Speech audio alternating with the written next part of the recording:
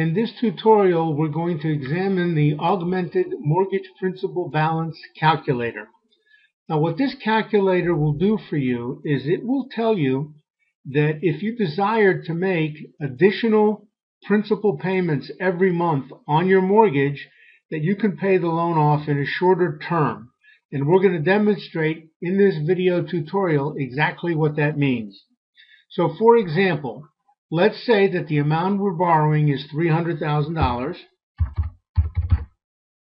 and we're going to say that the annual interest arbitrarily is 6%, and our loan has an initial term of 30 years.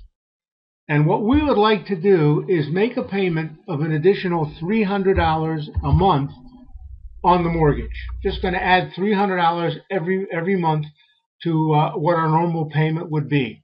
Once we hit the calculate button, that will now tell us that our new monthly mortgage payment for principal and interest is $2,098.65. Now let's see what happens if we start making that payment. We'll click the Show More Information button, and this illustration will show us the first year and what happens with our payments, how they're allocated. The interest the first month is $1,500. That's the interest on the $300,000 mortgage at 6% for a month. And the principal paid is $598.65, which is the difference between the $1,500 and the $2,098.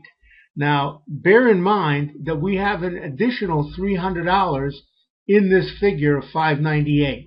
So we are paying off our mortgage at a faster rate than we would have to if we were just making the minimum required payment. Now let's see what the effect of this is. Let's click forward and see at which point this mortgage is fully paid off. So we're just going to click and forward through all the years till we get to the payoff of the loan. Now our loan has been paid off in year 21. If you take a look at the last line here, we've made 252 monthly payments and our balance is $0. So let's see what our savings is. Well, we're making an additional payment of $300 a month, and we're doing that for 252 months. If you multiply the 252 by $300, we will have paid over these 21 years an additional $75,600. That's $75,600 more than we were required to pay had we been making the normal minimum required monthly payment. That's what we spent extra. Now, our loan was initially a 30-year loan. That's 360 months. Our loan has been paid off in 252 months, which means we reduced the term of our loan by 108 months. And our required minimum monthly payment would have been $1,798.65, because that's this $2,098.65 less the additional $300. So we would have been making, throughout the full term of the loan, had we not prepaid the mortgage at all, an additional 108 months of payments at $1,798.65, and that totals $194,252. That's what we would have paid throughout the duration of the loan. And that's what we saved by making these extra monthly payments. So to determine our net savings, we would take the $194,252 that we should have paid, that's our savings, and we deduct from that the $75,600 that we paid extra over this time period of 252 months.